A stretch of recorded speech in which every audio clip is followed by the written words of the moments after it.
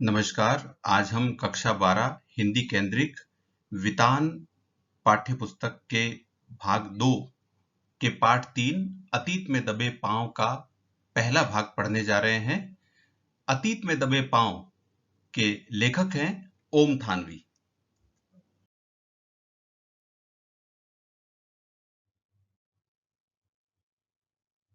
इस सत्र के उपरांत विद्यार्थी लेखक ओम थानवी के कार्यक्षेत्र व योगदान के बारे में बता सकेंगे, पाठ्य वस्तु को सार रूप में लिख सकेंगे, मोहनजोदड़ो व हड़प्पा के बारे में बता सकेंगे, मोहनजोदड़ो के नगर नियोजन के बारे में लिखकर अभिव्यक्त कर सकेंगे, सिंधु सभ्यता एक जल संस्कृति को स्पष्ट कर सकेंगे।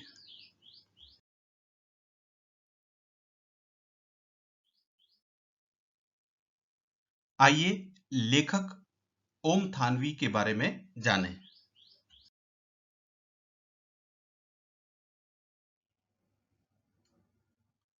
ओम थानवी जी का जन्म फलोदी, जिला जोधपुर, राजस्थान में सन 1957 में हुआ।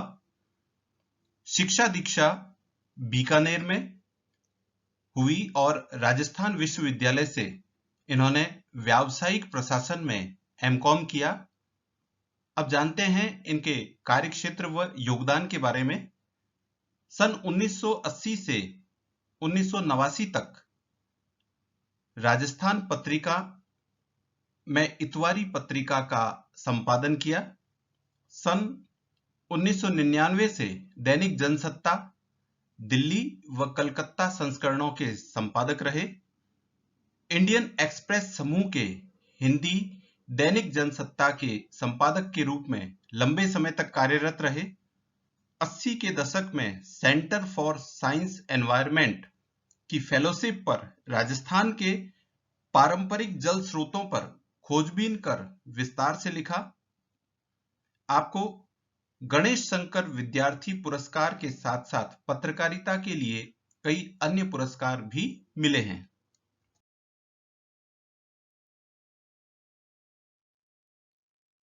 अतीत में दबे पांव भाग 1 पाठ्य वस्तु का सार।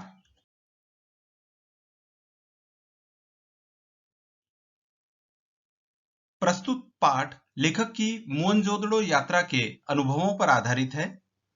मोहनजोदड़ो पाकिस्तान के सिंध प्रांत में स्थित है और यह सिंधु घाटी सभ्यता के अवशेषों के लिए प्रसिद्ध है।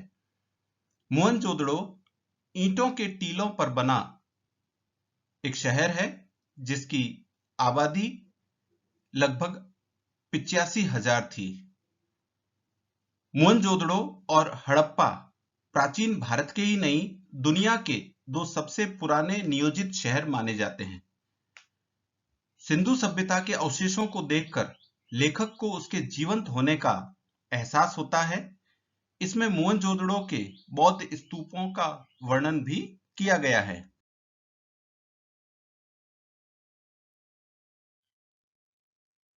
सिंधु सभ्यता के सबसे बड़े शहर मोहनजोदड़ो की नगर योजना उत्तम व व्यवस्थित थी। वह आज की सेक्टर मार्का कॉलोनियों के नीरस नियोजन की अपेक्षा ज्यादा रचनात्मक थी। लेखक ने सिंधु सभ्यता को जल संस्कृति कहा है क्योंकि उनका जल नियोजन व प्रबंध अच्छा था। यह पहली ज्ञात संस्कृति थी जिसमें कुएं पाए जाते थे।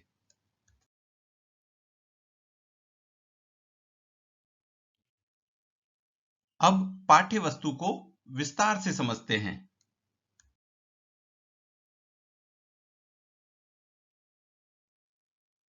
मोहनजोदड़ो और हड़प्पा प्राचीन भारत के ही नहीं, दुनिया के दो सबसे पुराने नियोजित शहर माने जाते हैं। मोहनजोदड़ो पाकिस्तान के सिंध प्रांत में स्थित है और यह सिंधु घाटी सभ्यता के अवशेषों के लिए विख्यात है। मोहनजोदड़ो का अर्थ होता है मुर्दों का टीला। वर्तमान में इसे मोहनजोदड़ो नाम से जाना जाता है। यह ताम्रकाल का सबसे बड़ा शहर था। यह उस सभ्यता की राजधानी रहा होगा जिसका क्षेत्रफल 200 हेक्टर व आबादी 85,000 रही होगी। मोहनजोदड़ो ईंटों के टीले, जिसे गढ़ कहा जाता था, पर बसा नगर है। सिंधु नदी के पानी से बचाव के लिए टीलों पर नगर की बसावट की गई थी। हड़प्पा पाकिस्तान के पंजाब प्रांत का पुरातात्विक स्थल है, जहां सिंधु घाटी सभ्यता का दूसरा प्रमुख नगर बसा था।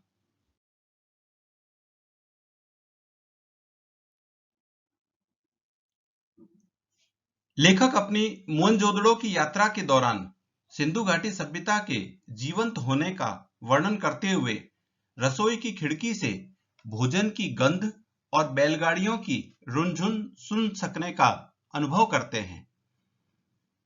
लेखक ने लिखा है कि सच है कि यहाँ आंगन की टूटी फूटी सीढ़ियां अब आपको कहीं नहीं ले जाती, वे आकाश की तरफ अधूरी रह जाती हैं। लेकिन उन अधूरे पायदानों पर खड़े होकर अनुभव किया जा सकता है कि आप दुनिया की छत पर हैं। वहां से आप इतिहास को नहीं, उसके पार झांक रहे हैं। इससे लेखक का तात्पर्य यह है कि लेखक ने अपनी मोहनजोदड़ो की यात्रा के दौरान खंडहर घरों के आंगन की टूटी फूटी सीढ़ियों पर खड़े होकर देखा तो उन्हें महसूस हुआ कि यह सभ्यता तो विश्व की सर्वश्रेष्ठ व जीवंत सभ्यता थी।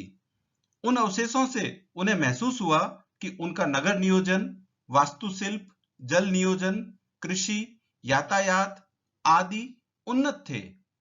इनसे इतिहास की जानकारी के साथ खंडहर मकानों में रहने वाले लोगों की जीवन शैली को लेखक अपनी आंखों से देखने व अनुभव करने की कोशिश करता है और उस सभ्यता के जीवंत होने की बात कहता है।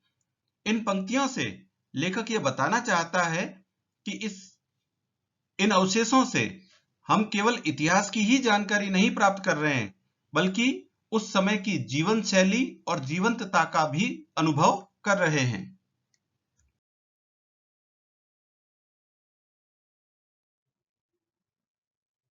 मोहनजोदड़ो के बौद्ध स्तूप आप चित्र में देख रहे होंगे। ऊपर मोहनजोदड़ो के बौद्ध स्तूप हैं और नीचे मोहनजोदड़ो की एक गली का चित्र है।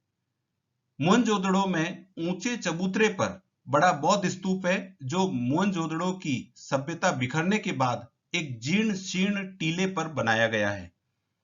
वर्ष 1922 में पुरातत्ववेत्ता राखलदास बनर्जी ने बौद्ध स्तूप के आसपास की गई खुदाई में ईसा पूर्व के निशान पाए। इससे उन्हें पता चला कि यह सभ्यता ईसा से पहले की है और प्राचीन सभ्यता है। बाद में की गई खोज ने इसे मिस्र व मेसोपोटामिया की सभ्यताओं के समकक्ष लाकर खड़ा कर दिया। उसके बाद यह माना जाने लगा कि मिस्र और मेसोपोटामिया या इराक की जो सभ्यताएं हैं, उसके समय की यह सभ्यता रही होगी। लेखक ने इस बौद्ध स्तूप को नागर भारत का सबसे पुराना लैंडस्केप कहा है।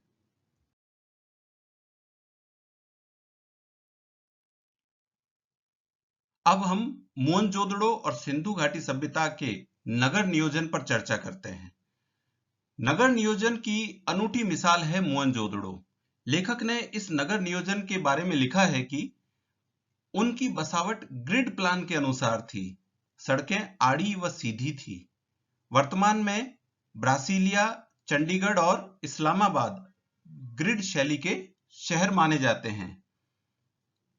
साथ ही साथ लेखक ने यह विशेषता भी बताई है कि किसी भी घर का प्रवेश द्वार मुख्य सड़क पर नहीं खुलता था।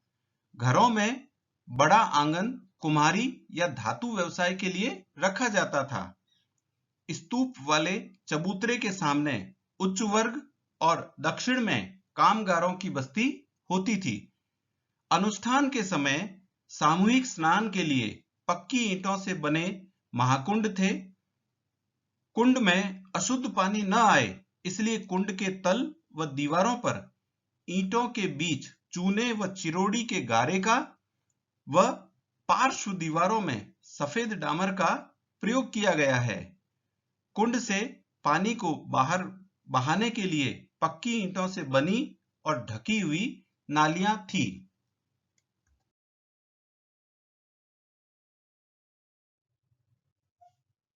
सिंधु सभ्यता एक जल संस्कृति थी।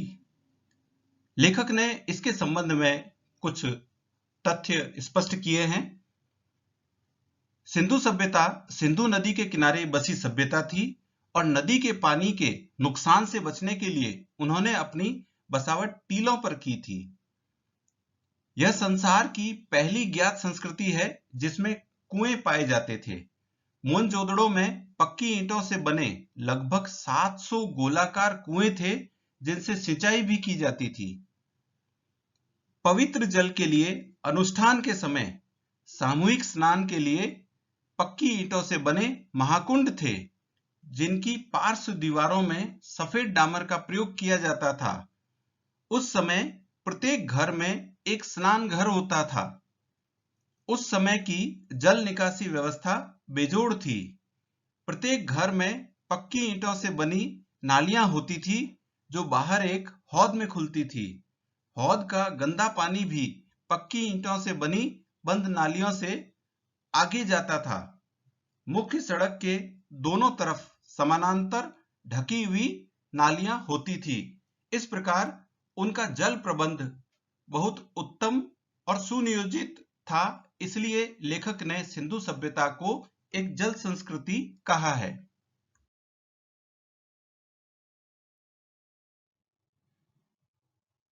आप चित्र में देख पा रहे होंगे कि मोहनजोदड़ो का एक प्रसिद्ध जलकुंड है, उसका चित्र आप देख पा रहे हैं कि किस तरह से वह जलकुंड की पार्श्व दीवारों में सफेद डामर होता था और किस तरह से एक कुंड को दूसरे कुंड से अलग किया जाता था। इसी प्रकार जल निकासी का उत्तम प्रबंध का भी इसमें एक चित्र है जिसमें किस तरह से नालियां जो है वो आगे जाकर के हौद में खुलती थी। मोहनजोदड़ो के एक कुएं का चित्र भी आपको दिखाई दे रहा है।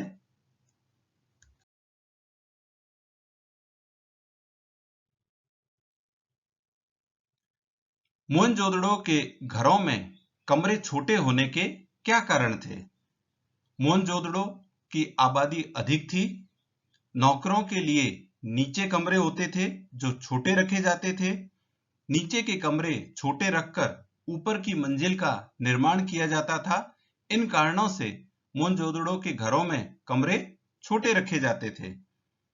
उस समय की मुख्य फसलें व फसलों में कपास, गेहूं, जौ, सरसों, ज्वार, बाजरा, रागी, चना। फलों में वे बेर, खजूर, खरबूजे व अंगूर उगाते थे।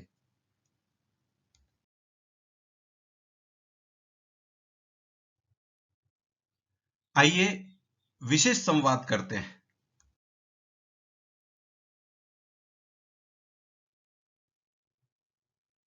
लेखक ने लिखा है कि यह सच है कि यहां आंगन की टूटी फूटी सीढ़ियां अब आपको कहीं नहीं ले जाती। वे आकाश की तरफ अधूरी रह जाती हैं। लेकिन उन अधूरे पायदानों पर खड़े होकर अनुभव किया जा सकता है कि आप दुनिया की छत पर हैं। वहां से आप इतिहास को नहीं उसके पार झांक रहे हैं। इससे लेखक क्या स्पष्ट करना चाहता है? इससे लेखक तीन बातें स्पष्ट करना चाहता है। यह सभ्यता विश्व की सर्वश्रेष्ठ व जीवंत सभ्यता थी। दुनिया की छत पर हैं, इससे यह बता रहे हैं कि यह सभ्यता विश्व की सर्वश्रेष्ठ व जीवंत सभ्यता थी। दूसरी बात लेखक इसमें यह बताना चाहते हैं कि उस समय के इतिहास की जानकारी हमें मिलती है, जैसे उनका नगर नियोजन, कृषि, यातायात आदि। तीसरी बात लेखक जो महत्वपूर्ण बात है वह यह कहना चाहते हैं कि खंडहर मकानों में रहने वाले लोगों की जीवन शैली को लेखक अनुभव कर पा रहे हैं और उस सभ्यता की जीवंतता को लेखक अपनी आंखों से देख पा रहे हैं। यह लेखक ने कहना चाहा है। तो यह जो वाक्य है यह बता रहा है कि यह सभ्यता सर्वश्रेष्ठ सभ्यता थी, जीवंत सभ्यता थी।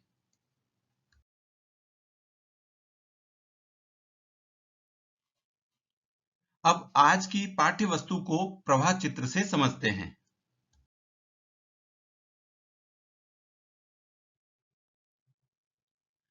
मोहनजोदड़ो का क्षेत्रफल 200 हेक्टेयर था और आबादी 85,000 थी। यह ईंटों के टीलों पर बसा शहर था। सिंधु घाटी सभ्यता एक जीवंत सभ्यता थी जिसकी जीवन शैली का लेखक अवशेषों से अनुभव करते हैं। साथ ही साथ इतिहास के तथ्यों की जानकारी भी इनके अवशेषों से मिलती है। लेखक ने मोहनजोदड़ो के नगर नियोजन के बारे में लिखा है कि मोहनजोदड़ो नगर नियोजन की अनूठी मिसाल है। इसमें लेखक ने उत्तम नगर नियोजन के बारे में बताया है। उनकी बसावट ग्रिड प्लान के अनुसार थी, जिसका जिक्र किया है। यह भी बताया है कि किसी भी घर का प्रवेश द्वार मुख्य सड़क पर नहीं खुलता था और उनकी सड़कें चौड़ी होती थी और घरों में बड़ा आंगन उद्यम या व्यवसाय के लिए होता था, जो कुम्हारी या धातु का व्यवसाय होता था। लेखक ने जल संस्कृति के बारे में लिखा है कि उनका जल प्रबंधन बहुत अच्छा था।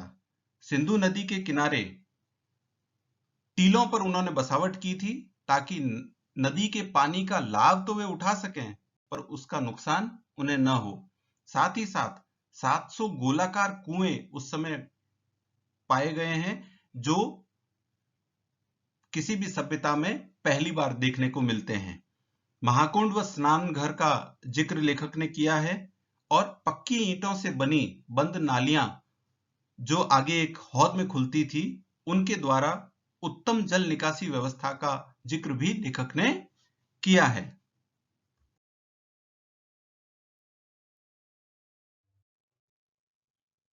आइए अपना संदेह दूर करें।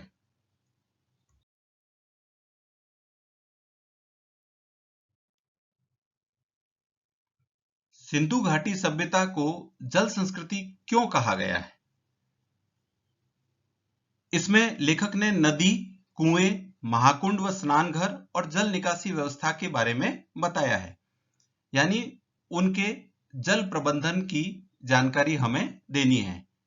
तो सबसे पहले नदी के बारे में यह बताना है कि सिंधु नदी के किनारे यह बसी सभ्यता थी और नदी के पानी से नुकसान से बचने के लिए उन्होंने अपनी बसावट टीलों पर की थी। साथ ही साथ यह पहली ज्ञात संस्कृति है जिसमें कुओं की जानकारी मिलती है और उस समय 700 गोलाकार कुएं थे जो पक्की ईंटों से बने थे और उनसे सिंचाई भी की जाती थी। उस समय पवित्र जल के लिए पक्की ईंटों से बने महाकुंड होते थे और सबसे बड़ी बात यह है कि यहाँ हर घर में एक स्नान घर होता था, जो उनके सभ्यता के विकसित होने का भी सूचक है। जल निकासी के लिए घरों में पक्की ईंटों से बनी बंद नालियां होती थी जो बाहर एक हौद में खुलती थी और हौद का गंदा पानी भी पक्की ईंटों से बनी बंद नालियों से आगे जाता था। इस प्रकार उनका जल प्रबंधन और जल निकासी व्यवस्था बहुत अच्छी थी, इसलिए उसे जल संस्कृति के रूप में लेखक ने कहा है।